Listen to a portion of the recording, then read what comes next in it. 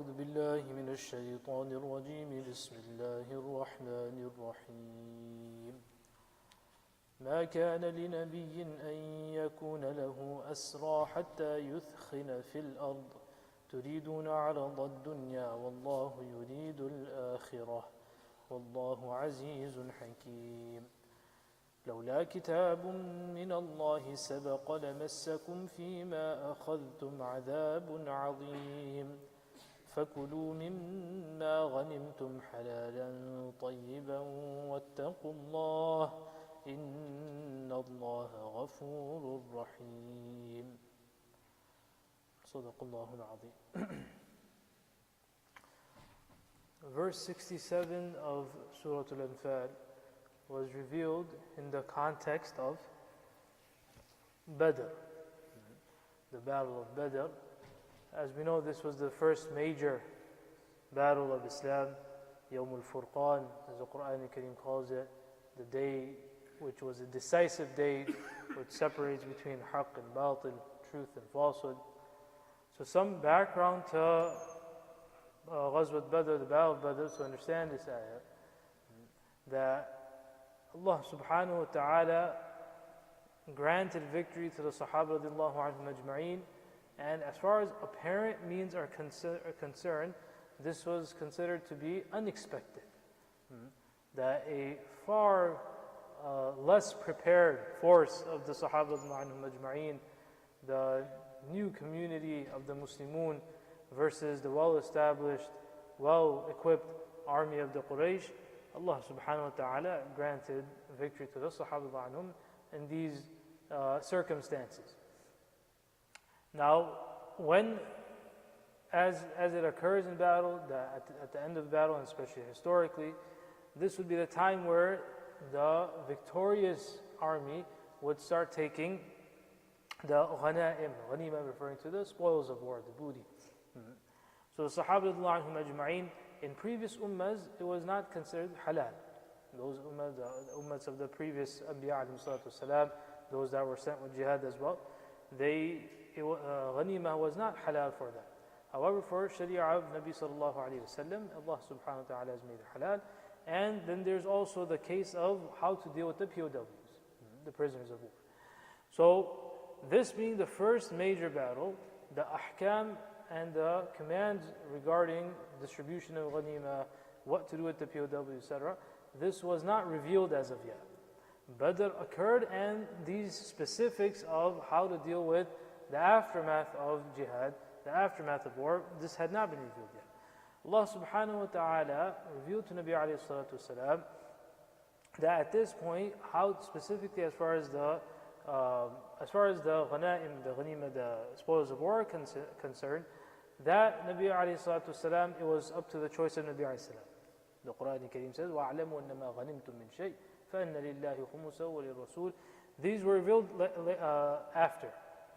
But before that, يَسْأَلُونَ, as the Surah Anfal started, يَسْأَلُونَكَ عَنِ الْأَنفَالِ قُلِ الْأَنفَالُ لِلَّهِ وَالرَّسُولِ. This was at the time of Badr. However, Nabi alayhi salatu wasalam seems fit, that is how it will be distributed. Nabi alayhi salam used a very moderate and a fair and a just system to distribute this.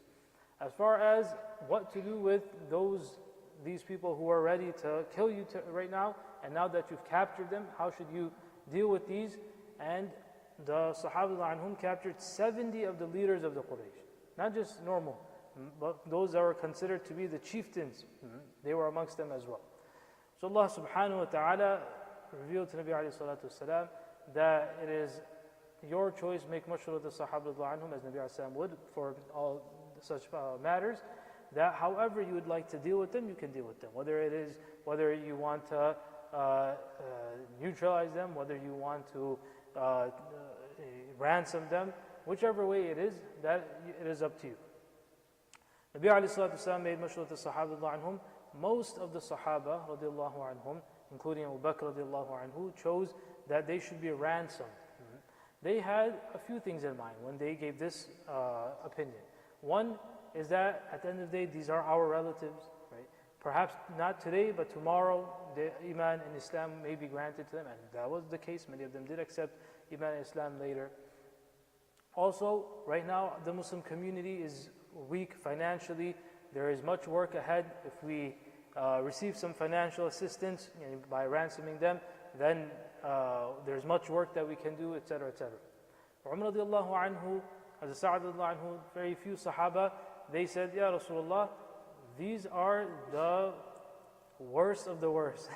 Not cream of the crop, the worst of the worst. Allah Ta'ala has given us an upper hand over them. If we release them, ransom them, they're going to continue. These people won't change, most of them. There's nothing's going to happen. This is the perfect time that we will deal with them right now. Nabi alayhi salatu wasalam, being Nabi al-Rahmah, he would incline towards that opinion which shows more marhama, rahmah, and mercy to people. So he opted, and that was also the opinion of most of the Sahaba and what they had given. So he chose for the ummah that opinion for the time being. That because most are saying this, there is a shafaqah and a kindness and a side and angle of generosity towards these people as well. So Nabi alayhi salatu wasalam, he settled for that opinion. Although, now this is what the choice was revealed to the ummah. However, at the same time, it was also revealed to Nabi alayhi salatu wasalam that if it is chosen today, they will be ransomed, then later this will happen, that 70 of the Sahaba will be martyred. And that's what happened in Uhud. There will be 70 shuhada. Those Sahaba who opted for this, no problem, this is karam for us, an honor for us. We have no problem in taking shahada. But right now, they felt politically this was the best opinion. Now, in this, there was also indication from Allah subhanahu wa ta'ala that the better opinion was that of Umar, as it was revealed later as well. Although it's halal, it was permissible because the choice was given, but because there was an angle of choosing what we would call dunyawi, worldly, that you're taking money instead of dealing with those that were standing against Allah and His Rasul. That was not the better opinion that should have been taken. But because there was a choice given, this was also considered to be permissible, and there was no sin over here. مَا كَانَ لِنَبِيٍّ أَن يَكُونَ لَهُ أَسْرَى حَتَّى يُثْخِنَ فِي الْأَرْضِ. The Quran Kareem says that it is not for the Nabi, and in this particular situation of Badr, to take them merely as prisoners of war without thoroughly pacifying the land of such people. تُرِيدُونَ عَرَضَ الدُّنْيَا. Do you, those of you that opted for this opinion, is it such that it is worldly benefit that you are after? وَاللَّهُ يُرِيدُ الْآخِرَةِ. Allah wants that you choose the akhirah. وَاللَّهُ عَزِيزٌ حَكِيمٌ. Allah is most powerful, Allah is Hakim. What's the indication in this? That why are you worried about the financial assistance? Allah subhanahu wa ta'ala will make it such that futuhat and conquest will come. And that will bring about that. At this point, the best opinion would have been that of what Umar radiallahu anhu said. لَوْلَا كِتَابٌ مِّنَ اللَّهِ سَبَقْ.